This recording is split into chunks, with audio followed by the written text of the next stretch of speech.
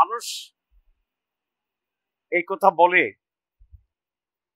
যে আমরা দুটো বড় দলকে দেখেছি যারা শাসন ক্ষমতায় ছিল, আমরা একবার জামাত ইসলামকে দেখব।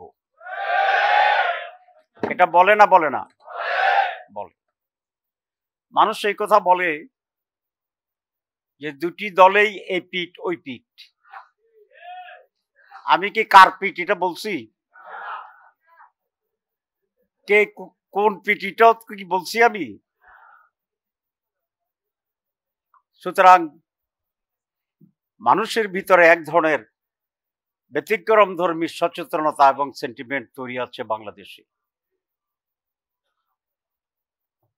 এদেশের অধিকাংশ মানুষ